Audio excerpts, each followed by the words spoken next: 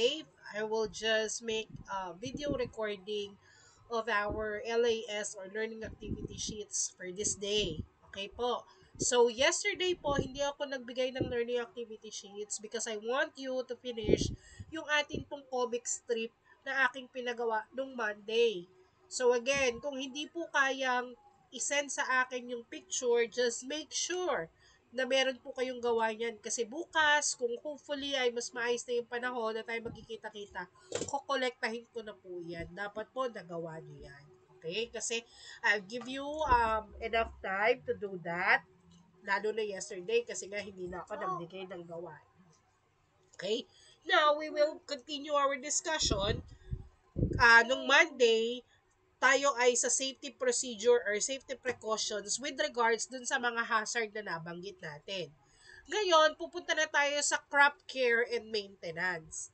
Ngayon, yung mga naka-attend po nung ating seminar ay very, very good naman kasi discuss sa kanila to ng mga expert na discuss sa kanila ng maayos. Kaya nga ang gusto sana natin, kung kaya pa ng time, sila ang magdi-discuss sa inyo. Yung mga umattend na mga class officers ninyo, kanila itong i-discuss kasi ito yung discuss sa kanila, yung urban gardening. Kasama to yung kung paano ba aalagaan ng maayos yung mga pananim. Okay? Now, ito po yung discussion natin. Ano nga po ba pag sinabing crop care or maintenance? Yan. Pag sinabi nating crop care, ito yung mga pangangalaga o pag-aalagang ginagawa natin sa ating mga pananim. Paano siya pinangangalagaan at paano minimaintain yung mga bagay para po nang sa ganun siya ay mamunga ng maayos o maalagaan ng maayos. Siyempre, lagi naman dapat may proper caring yung ating mga pananim. Hindi basta tinanim mo lang dyan, pagkatapos papabayaan mo na hindi mo na siya. Di ba? Kailangan niya na didiligan siya, kailangan siya ipuprune siya. So, ito po yon. Okay? Plants like people need proper care to grow strong and healthy. If they are not cared for properly, sila ay maaaring manghina, magkaroon din ng sakit, or worse, hindi siya mamunga, or yung bunga niya hindi ganun kaganda. Kaya kailangan nating malaman paano ba yung crop care and maintenance. Okay? So we have here 7 lamang naman po na i-discuss natin. Ito yung mga ilan sa mga pwede nating gawin to properly care for our crops or pananim. Number 1, cultivation. Pag sinabi natin cultivation, parang yung nakaraan yung cultivating tools. Kailangan nalulusin yung soil, no? Gamit ang mga tools natin para mas maka-enter properly yung ating mga air and water or pataba. So, cultivation means binibigyan mo nilulusin up mo yung soil. Hindi siya dapat buo para nang sa ganun makapag-push through yung mga nutrients. Seed sowing and planting. Placing seeds at the correct depth and too deep may prevent sprouting, too shallow may dry the seeds. Okay? So, kinakailangan may proper na sukat na susundin tayo sa pagtatanim ng mga particular na buto. Irrigation. Irrigation means providing the right amount of water para hindi mabulok yung mga pananim o matuyot, pero hindi rin naman pwedeng napakadami kasi malulunod naman yung mga pananim. Doon po sa discussion nung nakaraang Friday, sinabi rin po na may mga season yung pagtanim. Kumbaga may mga gulay na or plants na nung season lang na yun pwede kasi hindi siya masyadong okay kapag tag-ulan, hindi rin siya masyadong okay naman pag tag-araw. Okay? Fertilizer application. Adding compost, manure, or fertilizers to enrich the soil with nutrients like nitrogen and phosphorus and potassium.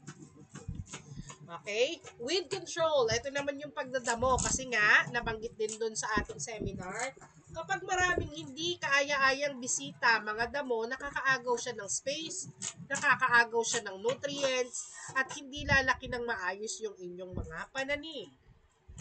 O, yung number 6, pest and disease control. Dinanggit din yan, yung kaibigang kulisap, tsaka yung mga kaaway na kulisap.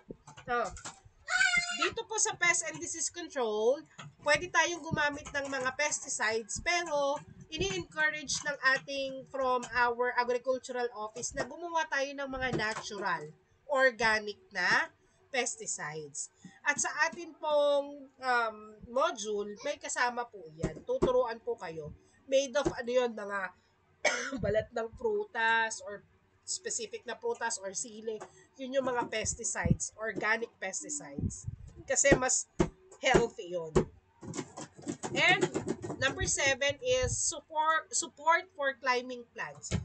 Kumbaga, ito yung gagawa ka ng balangkas, yung mga trellis na tinatawag. Lalo na kapag yung mga pinagtanim mo or tinanim mo ay yung mga gumagapang at kinakailangan mamunga ng maayos like ampalaya, patola, upo, yan. Kailangan nyo ng mga trellis para gapangan, tsaka maging suporta. No? Talong, kamatis, ayan, yung mga puno niya, kailangan din ng support para hindi siya matutumba. Okay? So, yun yung mga ilan sa crop care maintenance. Now, ito po lahat, base sa pag-uusap namin ni Ma'am Borja, ang mangyayari po kasi per section kayo, yung mga ibinigay na buto sa mga umattend dun sa seminar, per section, ang mangyayari, magtatanim kayo sa school. Either gagamit tayo ng um, recycled na timba or something. Iaayos natin yan kung saan yung section ni Love, saan yung section ni Peace or ni Joy. Okay? Now, after that, pangangalagaan nyo yan at magkakaroon kayo ng journal para maano nyo yung process. Okay?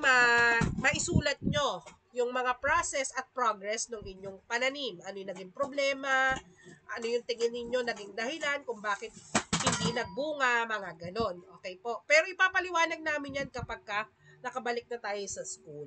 So, itabi nyo po yung mga buto ha, lalo na yung mga class officers na nabigyan ng buto kasi gagamitin niya ng buong section. Now, this is what you're going to do with your activity. Sa activity, gagawa lang po kayo ng hugot lines about halaman or doon sa ating crop care and maintenance. Let's say for example, mamimili ka lang ng isang crop care and maintenance. O, halimbawa, tapos yung hugot lines, pwede mong i-post sa FB, itag mo ako, mag-use ka ng hashtag na ibibigay ko, or isulat mo sa iyong papel, o kaya sa notebook, and then babasahin natin bukas. Okay? Ito po, ang love parang soil, kailangan ng tamang combination ng nutrients, tender, love, and care. So, yun yung hugot post niya or hugot lines niya. Pangalawa, ang buhay ay para ding paghahalaman, kailangan ng enough space para mag-grow at magbunga. So, yun yung pangalawa niyang hugot lines. Isang hugot line lang, okay? Na may kinalaman sa crop care and maintenance. Okay, ulitin ko. Pwede nyo pong isulat kung wala po kayong pang-post. Kung kaya namang i-post po at gumamit ng mga hashtag na AFA Hugot, hashtag Crop Care and Maintenance, tapos itag nyo po ako o kaya naman isend nyo po sa akin na nakapag-post na kayo. Okay? So I hope you will all have a good day. Mag-ingat, huwag magpaulan kasi sobrang uso ng sakit. And I'll see you all hopefully tomorrow. Okay?